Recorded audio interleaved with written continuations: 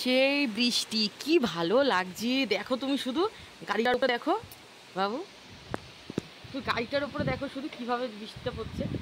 গাড়িটার উপরে দেখো ঝড় বৃষ্টি সব একসাথে নেমেছে, কি ভাল লাগছে না দেখতে।